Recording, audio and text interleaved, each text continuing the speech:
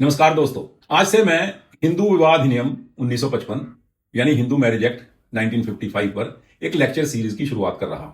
यह अधिनियम भारतीय कानून का एक मील का पत्थर और सामाजिक सुधार का एक मजबूत स्तंभ माना जाता है। आज की वीडियो इस सीरीज की पहली कड़ी है जिसमें हम इस एक्ट का परिचय जानेंगे। इसके बाद आने वाले वीडियोज में हम इस एक्ट के हर पहलू पर विस्तार से चर्चा करेंगे। इस कानून के आने से पहले हिंदू विवाह अलग अलग परंपराओं और प्राचीन शास्त्रीय ग्रंथों के आधार पर चलते थे, जिनमें एक रूपता की कमी थी। हिंदू कोड बिल के रास्ते के रूप में पारित ये अधिनियम केवल एक कानूनी दस्तावेज नहीं बल्कि एक सामाजिक क्रांति मानी जाती है। इसने हिंदू विवाह संस्था को आधुनिक बनाने और संविधान में दिए गए सामाजिक न्याय और समानता के सिद्धांतों के साथ जोड़ने का काम भी किया है। दिलचस्प बात यह है कि यह कानून सिर्फ हिंदू धर्म के लोगों तक सीमित नहीं है। इसमें बौद्ध, जैन, सिख और वो सभी लोग भी शामिल हैं जो मुस्लिम, ईसाई, पारसी या यहूदी नहीं है। सेक्शन 5 के तहत किसी भी विवाह को कानूनी रूप से वैध मानने के लिए 5 महत्वपूर्ण शर्तें रखी गई हैं, जैसे एक विवाह यानी मोनोगेमी, यानी शादी के समय किसी भी पक्ष का दूसरा जीवित पति या पत्नी नहीं होनी चाहिए। इसने बहुविवाह प्रथा को पूरी तरह से समाप्त कर दिया। मानसिक क्षमता, दोनों पक्ष कानूनी सहमति देने में सक्षम होने चाहिए। दूल्हे की उम्र कम से कम 21 वर्ष और दुल्हन की उम्र कम से कम 18 वर्ष होनी चाहिए। दोनों पक्ष आपस में करीबी रिश्तेदार, जिन्हें स्पिंड संबंध भी कहा जाता है, नहीं होनी चाहिए जब तक कि उनकी परंपरा इसकी अनुमति न देती हो। इस अधिनियम में स्पिंड और प्रतिबंधित संबंधों को बहुत विस्तार से परिभाषित भी किया गया है। धारा 7 हिंदू परंपराओं का सम्मान करते हुए सप्तपदी यानी 7 फेरे जैसे रीति रिवाजों को कानूनी मान्यता भी देती है, और धारा 8 शादी के पंजीकरण यानी रजिस्ट्रेशन की बात करती है।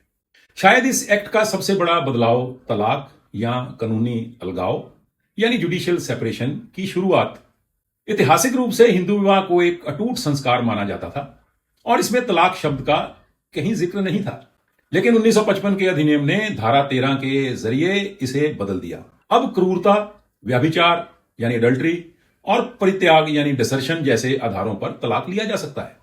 बाद के संशोधनों में कानूनी कार्यवाही को आसान बनाने के लिए आपसी सहमति से अलग होना यानी म्यूचुअल कंसेंट से तलाक यानी जुडिशियल सेपरेशन को भी जोड़ा गया है।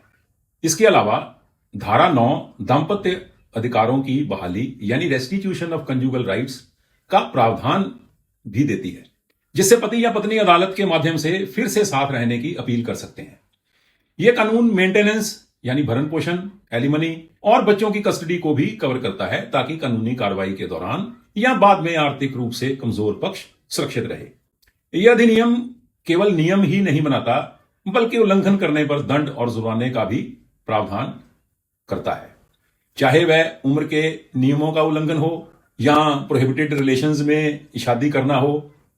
इसमें दंड और पेनल्टीज का प्रावधान है।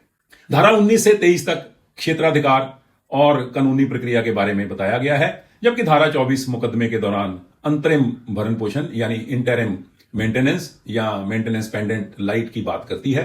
तो दोस्तों, 1955 के इस अधिनियम ने हिंदू विवाह को एक कठोर धार्मिक बंधन से निकालकर एक विनियमित कानूनी अनुबंध रेगुलेटेड लीगल कॉन्ट्रैक्ट में बदल दिया, जो व्यक्तिगत अधिकारों की रक्षा भी करता है।